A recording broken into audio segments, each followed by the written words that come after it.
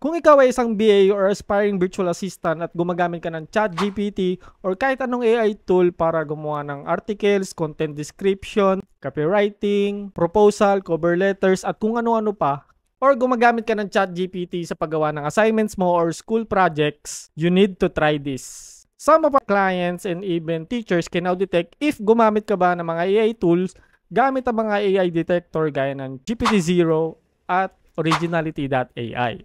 Kapag nalaman ng mga prospect clients natin na gumagamit tayo ng AI, ay pwede tayong hindi ma-hire kasi mostly ng mga clients ay ayaw nila ng AI generated lang na mga proposal or cover letter. Or kapag yung teacher mo naman, na gumawa ka ng assignment at nalaman niya nagawa to sa AI, pwede kang bigyan ng 0 na grade.